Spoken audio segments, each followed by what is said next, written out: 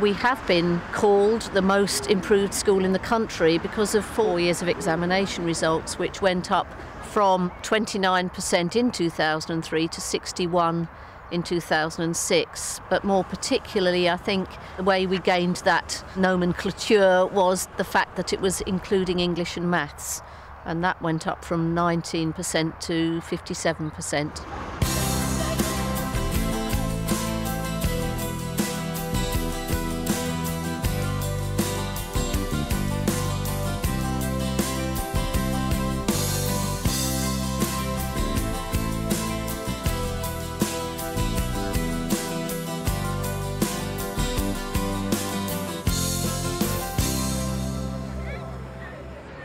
I've been head here for nearly 5 years. I arrived in September 2002.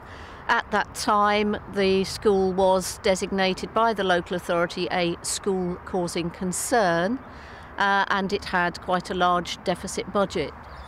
The idea of this morning's session is to recap and revise the topic of respiration. When I first came, the most immediate issues included student behaviour, and staff worked with me immediately on that. What do you think the aerobic makes reference to, Lucy? It uses oxygen. It uses oxygen. So in today's lesson, the students behaved really well, but that's not always the case. You've got other groups that are more challenging, different times of the day. What does anaerobic mean? Why? It doesn't use oxygen. That's right, yeah. If a student is causing a problem, I would give that student a warning. Say, you know, if it's another warning that you receive, then you'll have to come and sit on the chair at the front. So it has a chair called the Chair of Doom. Say if we learn about respiration, we have to sit there for like a couple of minutes speaking about respiration, and then the class, if they think I've done well enough, I'd be able to sit in my own seat. Another prop that I use were these ear defenders, and the ear defenders we used, if the class was getting too noisy, I could spend 10 minutes trying to get them quiet, but by simply putting these ear defenders on, one person would look round and they'd all get their attention on me.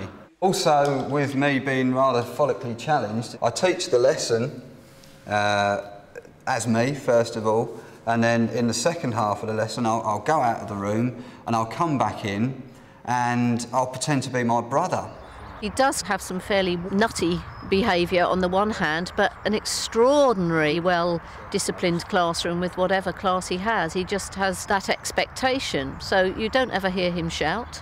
He just waits and they know they have to do it. Well, it makes us laugh and it keeps the lesson fun, so we respect him for letting us have a laugh in his lessons. What's the difference again between aerobic and anaerobic? In aerobic, oxygen's used.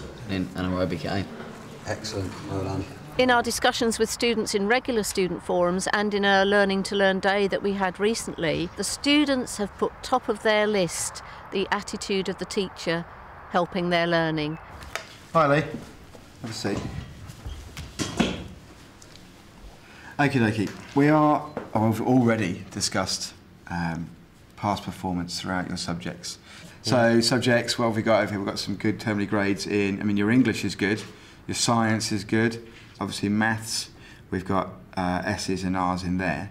So is maths likely to be a subject which you find it is going to be difficult to change, or do you know how you're going to change that subject? I don't know, it's quite difficult because it's all to do with, I don't know, it's difficult. Do you find the style at which the lessons are delivered to you, or the work in general, which makes it difficult for you within the subject? It's more or less the work.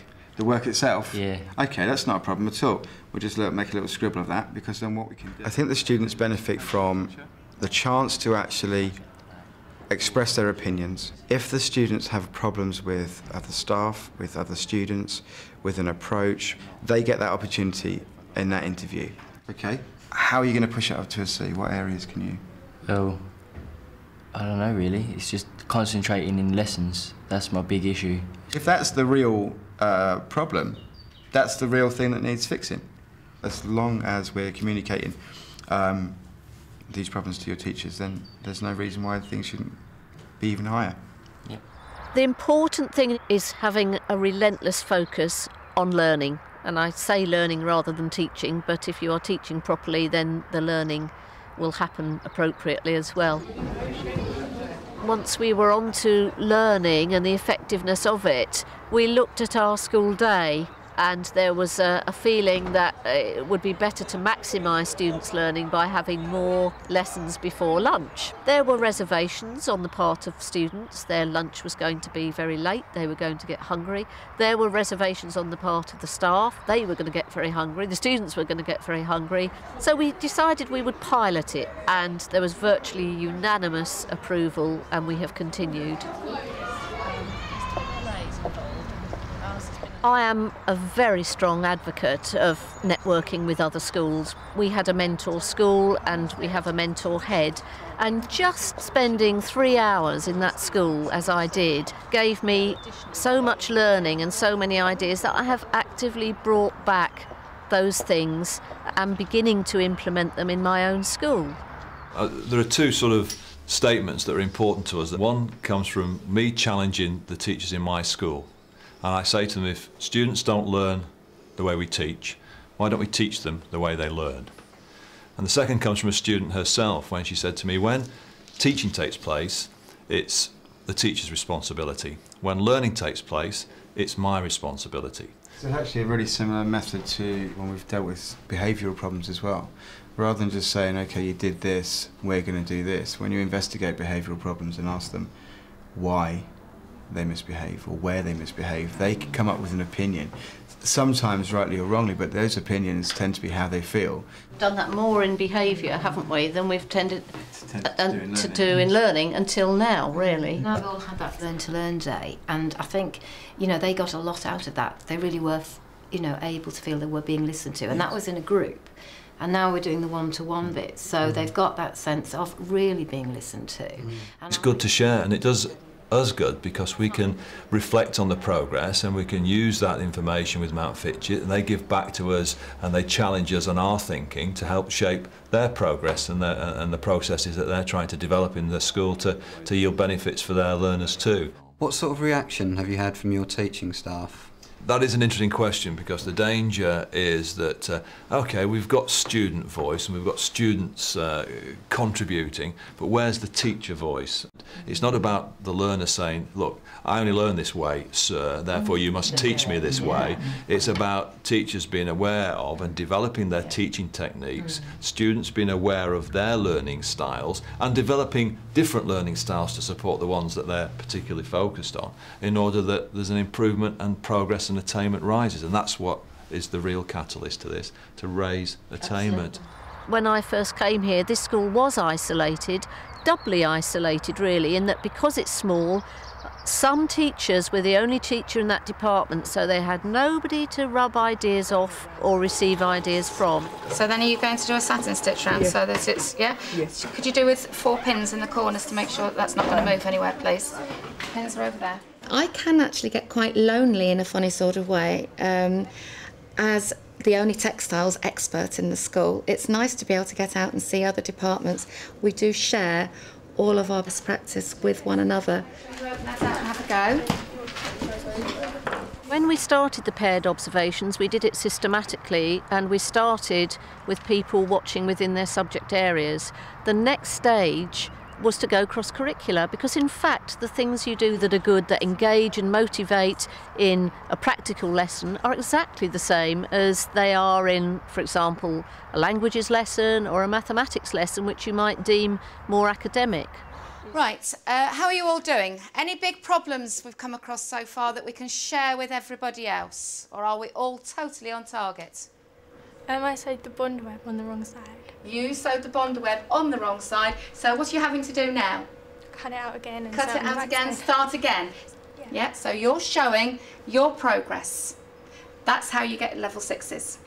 Okay? These observations are important because I can see a completely different style of teaching and pull out of that teaching some aspects of best practice I think are worth trying in other subjects. Up on the front we have got I am fantastic at. What you have been fantastic at today. I don't want you to tell me now. I want to start off next week with that statement. Useful or not? I think very useful. What was very, very clear was that the students knew exactly where they were and what level they were at in a number of strands. The other thing I thought was great was at the end you did a fantastic at. Yeah, they do I give them a little post-it note when they come in next lesson, and the first thing that they'll do as the starter of the lesson is to write down on the poster what they were fantastic at, while I go round and give them their folders out. It just gives them something different to focus on. I haven't used that. I haven't used fantastic at, but I think that's something that perhaps I could look at using in my lessons. It's rather a lovely little face, I think. Anything to bring a little bit of humour. Okay, thanks for coming, Katie, Mandy. It's really great that you came along after college to talk to us about this.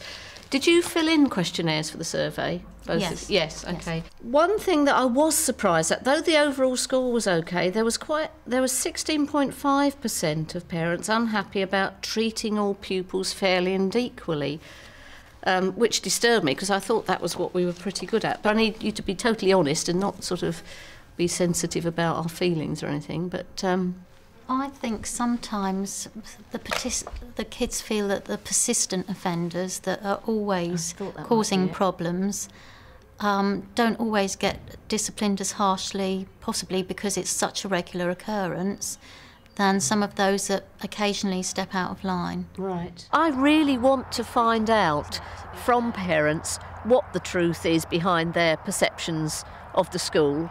I don't want them to tell me what they think I want to hear, because we are an improved school and we are an improving school, and we can't do it if people aren't honest with us.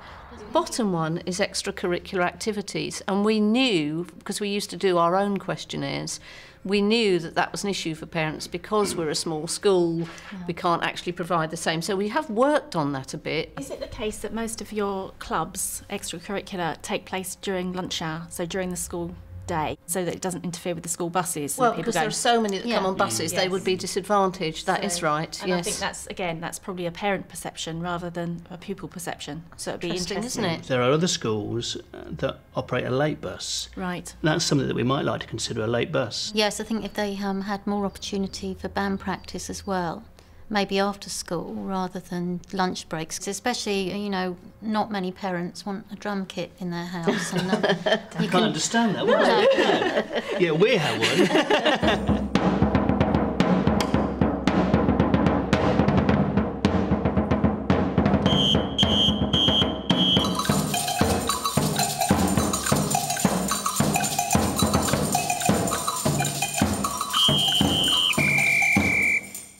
We got the accolade, the most improved school in the country, and it was on a particular measure. It had to be 4 years, you couldn't have any dips. It was 5 A to Cs, including English and Maths. If they'd used any other measure, it might not have been us. But as long as you can put your hand on your heart and say that you are doing your best for every student and that you are still working at improving the experience that they have, that's what success is for me.